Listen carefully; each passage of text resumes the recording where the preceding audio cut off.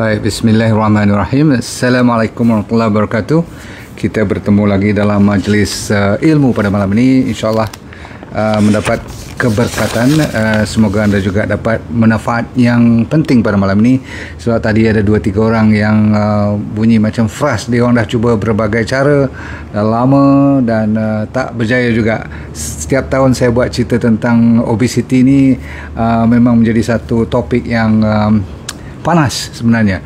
Dan Malaysia, jangan kita lupa, adalah nombor 1 dalam, terutama sekali di ASEAN ni. ASEAN ni termasuklah negara-negara sampai ke Vietnam, Laos, Cambodia semua kan. Kalau campur, kita nombor 1, nombor 2 Brunei, nombor 3 Thailand, nombor 4 Singapura. Lepas tu datang Singapura dengan Indonesia, datanglah negara-negara lain seperti Laos, yang last kali Vietnam buat sementara waktu. Sebab Vietnam dah mula nak mengikut jejak China, dah naik sekarang kepada 28%, Malaysia 44%. Saya ulang, 44, betul. Sebab tu kita dapat nombor 1. Rakyat kita yang dah overweight, maksudnya lebih pada patut berat badan yang unggul. Lepas tu even Korea kita dah potong, Pakistan pun kita dah potong. Saya tak tahu siapa lagi yang kita dah potong kan. Tetapi kalau tengok satu dunia ni, kita masih lagi dah, orang kata apa, tinggi, dah potong beberapa puluh lagi negara-negara lain. Apa pun yang penting, kita kena sedar bahawa kita sendiri yang dengar dalam lecture pada malam ni, boleh tak kita jaga diri sendiri dulu dan family dahulu. Kita tak boleh jadi hero satu dunia atau satu Malaysia ni, mungkin tak. Walaupun saya nak cuba memperkenalkan program nutrition, health and fitness, wellness kepada rakyat Malaysia, terutama sekali peringkat sekolah primary dan secondary, sebab ada kaitan dengan apa yang saya nak cerita pada malam ni. Saya dah tahu cerita tempat-tempat seperti Okinawa ataupun Japan secara amnya, dan lebih kurang 8 lagi tempat, semua sekali 9 tempat yang dinamakan Blue Zone. Pernah dengar kan? Di mana mereka tu didapati umurnya panjang sampai, orang kata 100 tahun tu biasa di tempat-tempat 9 daripada yang dah dipilih di dunia ni. Tapi di Jepun, bukan takat Okinawa saja, secara satu negara amnya mereka cuma bukan 44%, bahkan tak sampai 4% pun rakyat mereka yang, orang kata apa, obese. Kata kajian yang saya baca, lebih kurang 3.6%. Ada kajian kata 3.5%. Tak apalah, ambil 4% pun tak apa. Okey, berarti setiap 10 juta ada 3.5 juta rakyat yang gemuk di sana. Tetapi di sini setiap 10 juta ada lebih kurang berapa? Hampir 4.4 juta rakyat setiap 10 juta. Jadi kalau kita ada lebih kurang 33 juta rakyat di Malaysia ni, hampir dah 12 juta lah kan. Saya tengok di mana tadi, di Google, bila saya type kadar kegemukan di Malaysia, dia naik. Secara bangganya kita tulis kat situ nombor 1 di ASEAN, 44%. Berarti dah hampir dekat 15 juta lah rakyat kita yang dah sengsara tanpa menyedari bahawasanya obesiti adalah salah satu daripada penyakit rangkaian yang telah disenaraikan dalam metabolic syndrome. Pernah dengar metabolic X syndrome tu, yang ada diabetes, selalunya rangkaiannya datang dengan high blood pressure, dengan kolesterol, datanglah obesity dan penyakit jantung. Faham? Jadi tuan-tuan sekalian, obesity ni dah diperkenalkan juga. Ada partner dia dengan kanser pun sekarang ni. Ada juga yang komplain tentang sakit tulang pun. Memanglah kalau dah obes kan. Jadi definisi obes adalah mereka yang BMI-nya atas pada 30, ataupun kalau atas pada 25 dikirakan overweight. Kalau atas pada 30 dikirakan apa yang dinamakan obese. Kalau siapa yang lupa BMI, berat badan dalam kilogram dibahagikan kat bawah tu ketinggian dalam meter kali ketinggian dalam meter. Buat dulu hitungan matematik kat bawah tu, your height in meter, height ketinggian dalam meter, buat jawapan, bahagikan dengan you punya atas tu kilogram. So kilogram bahagi dengan berapa, dapatlah jawapan. Okey, faham?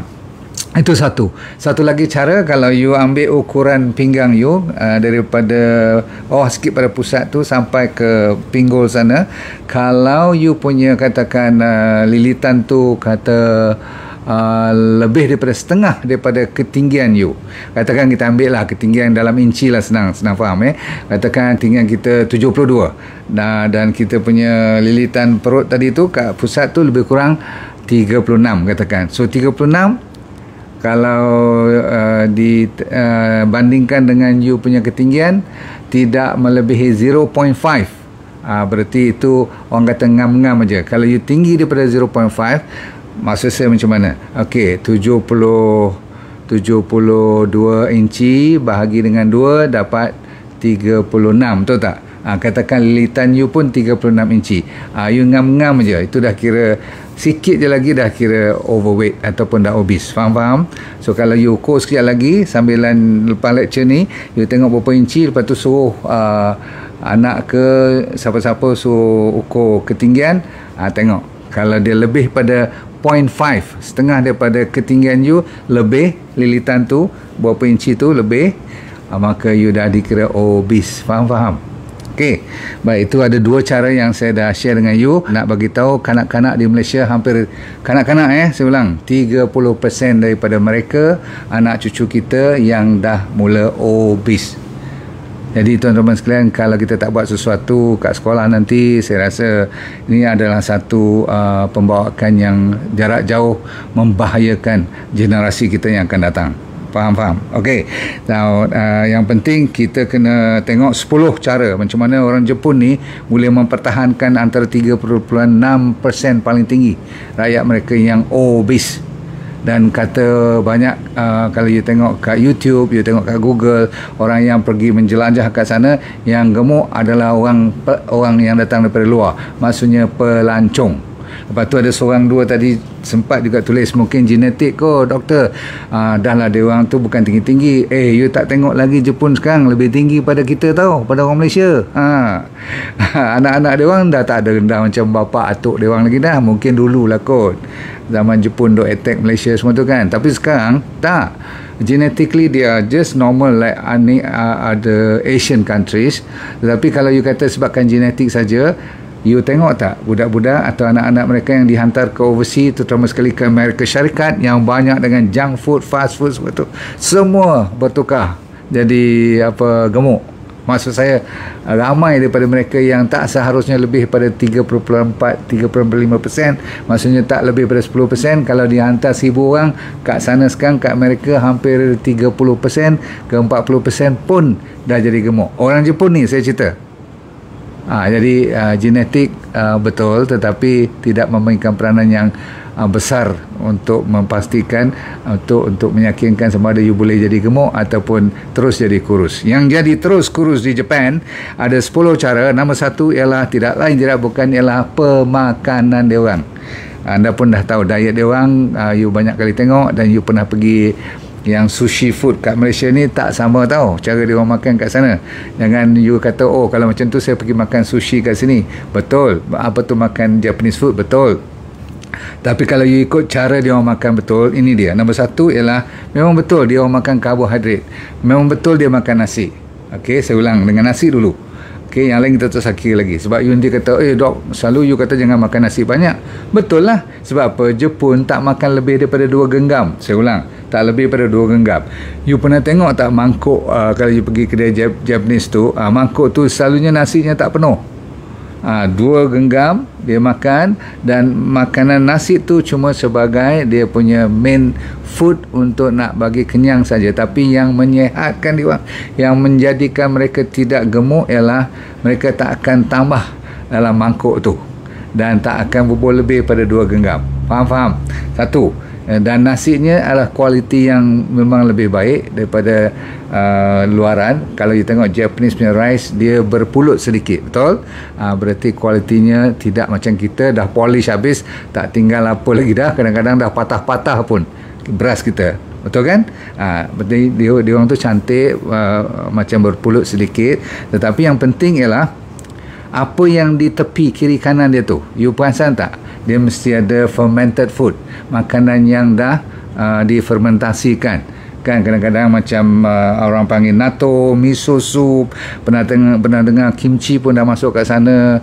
Kalau masalah tu macam sauerkraut lah. Kalau kita tu jenis jeruk-jeruk, faham tak? Okey, ataupun acar-acar. Tapi di sana mereka ada sup mereka sendiri yang kalau you rasa pun memang boleh ada probiotik dan prebiotik pun. Saya ulang, prebiotik dan probiotik banyak dia orang makan kat situ. Dan sayur-sayuran seperti gobis, dia orang banyak sayur, banyak menghijau, dan meat ataupun ikan adalah favorite kalau dibandingkan dengan dengan daging biasalah. Okey, maksudnya daging lembu ke. Yang penting daging mereka tak lebih daripada 10% setiap kali kalau dia letak pun daging kat situ. You pernah tengok tak dia punya ikan macam mana dia salai dan sebagainya? Faham? Dan kalau dia letak buah tak sampai lebih daripada 3-4 potong aja. Jadi dia semuanya small portion. Saya ulang, dia semuanya small portion. Dia punya jumlah atau porsi makanan dia tu sedikit, ya. Dan lama kelamaan dia orang dah biasa macam tu, daripada kecil lagi dah diajar, maka mereka tak akan makan banyak. Secara average orang Jepun makan secara dasarnya ialah lebih kurang 1700 hingga 1800 kalori sehari average. Kalau perempuan lebih rendah, kata kajian mengatakan lebih kurang 1600 kalori. Bandingkan orang Malaysia, kita makan berapa agak-agak cepat. Kalau kita duduk, kalau sekali kena dengan nasi, dengan biryani atau kepala ikan ke, siap. Dia tak kurang daripada, kalau hari-hari biasa 3000 tu bukan satu perkara yang pelik ataupun mengherankan. Sebab kita biasanya paling kurang pun 2008 hingga 3000 kalori sehari suntuk makanan orang Malaysia yang tak peduli tentang makanan. Habis tu kalau anda yang dah diet, pasal apa tak berjaya juga lagi, cuba dengar lagi. Okey, ada lagi sebab-sebab lain. Okey, kadang-kadang bila kita lagi diet bawah pada 1008, Jepun dah 1008, kita buat cuma 1200 je, betul-betul kalori restrict betul. Saya dah kata dulu, kalau lagi you kecilkan, body kita, mental kita ataupun komputer kita akan tukar, mengatakan bos kita ni dalam keadaan sengsara ataupun dalam keadaan kelaparan. Okey, kita tak boleh pecahkan lemak cepat-cepat, kita kena simpan banyak-banyak. So lagi sikit you makan, lagi banyak dia simpan. Faham? Maksudnya dia takut you tak cukup makan. Body kita macam tu. So jangan terlalu nak risau tentang nak rendahkan you punya kalori, tetapi yang paling besar ialah apa jenis makanan yang masuk yang menjadikan 1005 ataupun 1008 kalori tu. Jadi kalau banyaknya daripada sayur, kan ada kalori juga, tapi dia lebih kepada fiber. So yang penting apa saya kata tadi, make sure kalau nak makan nasi tidak menjadi masalah, tetapi lebihkan sayur-sayuran lebih, termasuk kalau orang Malaysia ulam-ulaman tak salah, dan jaga baik air tidak yang bergula apapun. Kat Japan, air yang diberi daripada anak sampai atuk sampai orang tua adalah 2 saja, iaitu 1 air kosong, nombor 2 green tea. Tahu tak tahu green tea yang you pergi Japanese, balik-balik tengok balik Japanese food. Seterusnya mereka tidak ada snacking. Dia orang tak digalakkan snack. Tahu snack tak? Antara makan, kita ni ada banyak kudapan. Maksudnya makan in between. Mereka tak ada. Dan betul lah, kajian sains mengatakan tak elok kalau kita yang nak cuba jaga badan, kesihatan dan nak kuruskan badan, kita rajin snacking. Sebab apa? Sikit-sikit, 1 genggam kacang, 1 genggam ambil makanan. Kadang-kadang orang Malaysia ni 2 ketul kari pap aja, sana 2 sini 1, lama-lama jadi 500 kalori ekstra untuk sehari. Kalau sehari kita hutang 500 kalori, seminggu 3,500, betul? Kalau sehari 500, kita terhutang lebih 3,500 kalori bersamaan dengan 1 kilogram naik berat badan you. Itu yang naik kadang-kadang lepas minggu raya naik 2 kilogram tu. Faham? Sebab hutang sehari sampai lebih 1,000. Sebab makan dengan ketupat lagi, dengan rendang lagi, lepas tu rumah sampai 4 pergi melawat, 4 you tibai semua, dengan lontong lagi. Maka orang Jepun tak akan makan macam tu. Sebab dia, nombor seterusnya ialah dia akan makan on time. Saya ulang, Jepun ni disiplin. Kalau pagi, kalau tengah hari. Dia kadang-kadang timing dia tu dahsyat. Sampai ada alarm kadang-kadang. Kau apa dia bangun, kau apa dia makan, kau apa dia bagi anak dia makan pun. Ni dah ada video-video yang saya tengok tu, dahsyat betul disiplin dia orang.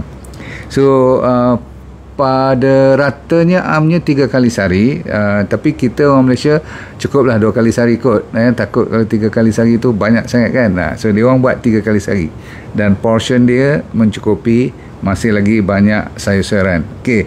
Dan seterusnya mereka tak makan banyak sangat benda yang bergaram. Dia orang kurang. Dia orang not so salty food, dia orang Jepun kan. Sugar memang tak ada langsung, dia orang pantang sugar. Secara kecil-kecil pun dah pantang sugar. Jadi kita tak payah risau mereka tu ada masalah insulin ke, masalah high diabetes ke.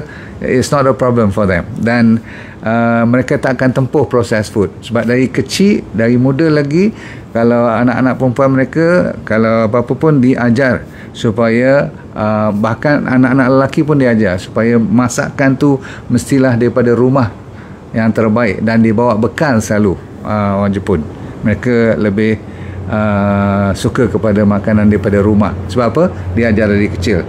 Fast food, kalau kita fast food di Malaysia, kalau saya kata fast food, mesti kita fikir McDonald lah, betul tak? KFC lah, apa lagi? Brand-brand ni lah, burger-burger yang besar-besar ni kan, gergasi tu semua. Tapi di sana banyak juga fast food daripada overseas ni. Maklum saja negara dah maju, tetapi mereka ada fast food mereka sendiri. Kalau lunch time atau waktu sibuk-sibuk sana lepas kerja ke apa, mereka banyak kedai-kedai yang kecil-kecil ataupun restoran tu yang buka masuk tu kan, dia cepat dia siapkan, tapi semuanya makanan macam dia buat semacam makanan daripada masakan rumah.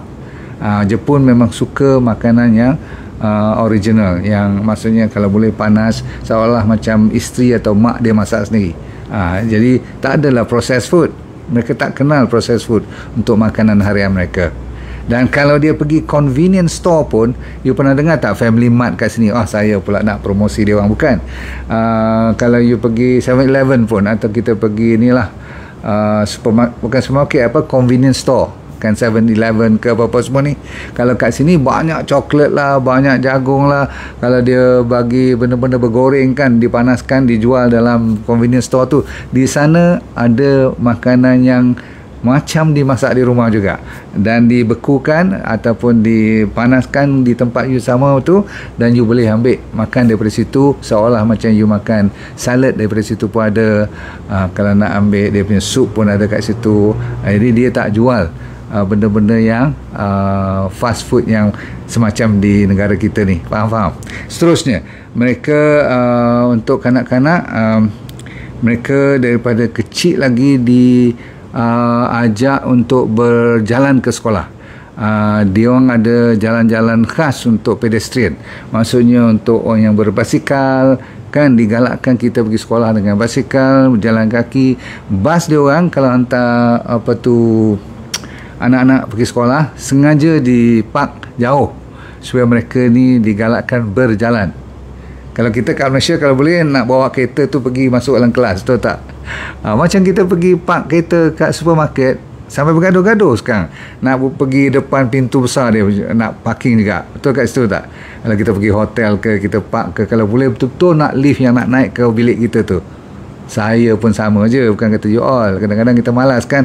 Nah, di sana secara ikhlas saya cerita, inilah menjadikan budaya dari kecil dia ajar tak boleh terus masuk kelas daripada kereta, ataupun tak ada langsung belajar nak cuci bilik ke, cuci lantai ke. Mereka semua pakai anak-anak sekolah tu sendiri. Faham tak faham? Okay? Pernah tengok tak? Lepas tu mereka pula ada kelas-kelas, tak kira lelaki wanita, kelas-kelas memasak cara Jepun, maksudnya makanan yang sihat. Jadi kalau you daripada standard 1 atau tadika dah diajar, you dah lepas form 5, you rasa you nak makan tak fast food yang gila-gila ni kan? Kurang lah kan? Ramai yang telah mendapat manfaat dari DND 369 Sacha Inchi Oil. Pastikan DND 369 Sacha Inchi Oil yang original hanya dari DND. Dapatkan daripada dropship sah DND. Lepas tu, kalau you tengok vending machine, pernah dengar vending machine? Ni tempat kita berbor duit RM1 ke, lepas tu kita keluarkan air kan, betul? Kalau kita pergi hospital pun sekarang kat Malaysia, you cuba tengok, saya ulang, kat hospital pun kalau you tengok dalam mesin tu air apa, cuba cerita kat saya sekejap. Ada yang air, ada yang keluar makanan pun ada kan. Ada bar, coklat ke apa semua tu kan. Di Jepun lebih banyak vending machine daripada Malaysia. Bahkan mereka yang keluarkan design awalan dulu. Inovasi vending machine ni Jepun punya sebenarnya. So sekarang kata kajian tu setiap 26 orang dia punya kadar ada satu vending machine. Nak tunjuk kat you betapa banyaknya vending machine di Jepun ni. Tetapi walaupun 1 ke 26, maksudnya banyaklah kan mesin tu kan. Air yang keluar, kalau tempat vending machine air tu semuanya air yang tidak bergula. Kalau bergula pun yang dah dikontrol, tetapi lebih banyak kepada teh hijau saya kata tadi, atau minuman-minuman yang sihat. Faham? Sampai macam tu sekali. You tak akan jumpa lah makan minuman-minuman yang kalau ada pun sedikit daripada jumlah itu semua. Makanan pun kalau keluar, makanan yang sihat-sihat. Dahsyat tak? Boleh dia orang buat Jepun ni. Ada 3 lagi, public transportation. Saya dah cerita tadi, itu untuk kanak sekolah, bas sekolah. Tapi untuk public pun, you tengok kat sana, kebanyakan mereka tak ada kereta. Berarti dia orang pakai orang panggil apa, tram atau kereta api ataupun LRT. Dia orang very fast kan semua tu. Dan you tengok dia orang cara berjalan semua tu. So dia orang banyak berjalan. Lepas tu petang kalau tea time, saya ulang lagi sekali, tea time adalah tea time betul tea, bukan tea time kita dengan kalau kita goreng pisang, betul tak, ada kuih muih dan sebagainya. Mereka tak, they sit down, they have green tea. Itu dia orang punya habit. Dan satu keunikan mereka, alat yang paling menyebabkan mereka ada kaitan dengan kurusnya badan mereka ialah mereka makan dengan chopstick. Habis macam mana kita kat Malaysia ada juga orang makan dengan chopstick kan, tapi setengah orang makan dengan chopstick, you tengok dia jolok macam tu. Tapi Jepun, you tengok dia orang tak jolok macam tu. Okay, dia orang ambil, dia orang makan satu, lepas tu dia orang ambil sayur dia orang semua, dia orang makan, kunyah lah, sambil kunyah tu baru dia ambil nasi lagi. Nampak tu cara dia orang. Dan pastinya dia orang tak tambah nasi. Okay. Last kali ialah malam ni, mereka experience pemakanan mereka diorang tu, dan waktu diorang makan tu adalah satu pengalaman, bukan satu cuma nak bagi kenyang saja. Maksudnya diorang kena feel, mereka mesti sedar yang mereka tengah makan. Kan kita waktu stres terutama sekali, kita pakai jolok je, betul tak? Tak tahu-tahu dah habis pinggan. Itu dipanggil stress eating. Banyak kali kita dalam keadaan tak sedar yang kita tengah mensyukuri seharusnya makanan.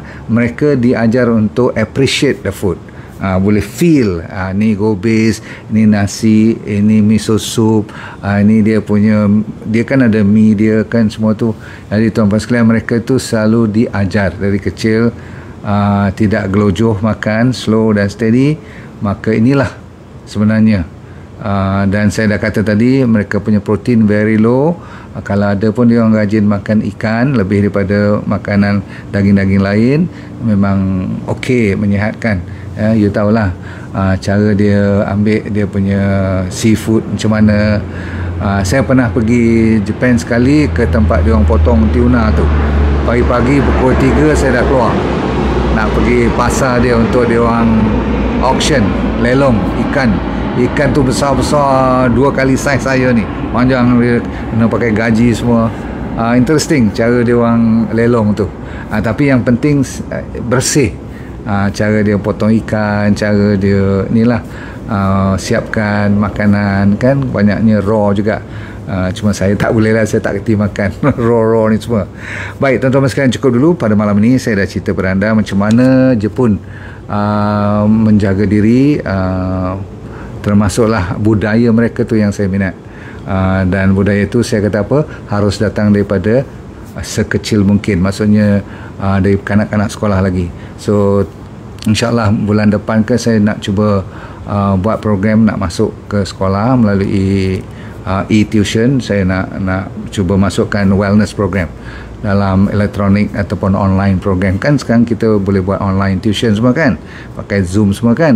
Saya nak cuba masuk, sebab saya tak tahu cara mana lagi kita nak membetulkan budaya kita.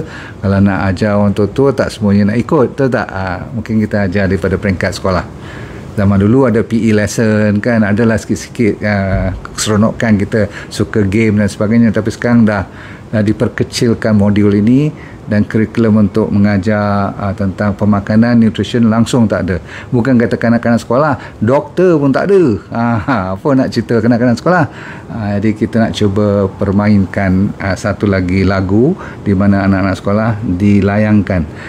Mungkin mula-mula dia tak berapa nak jinak dengan makanan-makanan sihat, tapi kalau you pernah dengar Naked Chef yang di England tu, dia dah menjadi warrior, menjadi satu pahlawan untuk membetulkan keadaan makanan di kantin sekolah. Contoh, saya cubalah kecil-kecilan kat Malaysia dulu, dan saya mengharapkan you dah memberi support. Kalau saya cerita tu, you tolong bagi sokongan lah, sebab kesian budak-budak sekolah kita. Tak salah dia orang pun, hari-hari nak makan popcorn, hari-hari nak makan bagel, nak makan donat, hari-hari nak makan chicken nugget dan sebagainya. Masya Allah, habis gigi dia orang semua. Kita yang rosak ni kita faham lah, ilmu kita tak cukup dulu, tapi sekarang tolong kita betulkan keadaan. Belajar daripada orang yang berjaya. Japanese is one of the best example. Jumpa lagi. Jangan lupa D&D Sacha Inchi Oil, sachet ataupun gel tu, dan jangan lupa pada Haba Gel juga zaman-zaman virus ni. Okay? Saya selalu sebut let go and feel good. Okay? Dan saya pastinya tak lupa nak doakan you all dunia anda bahagia dan akhirat kita semua ke syurga. Assalamualaikum warahmatullahi wabarakatuh. Bye.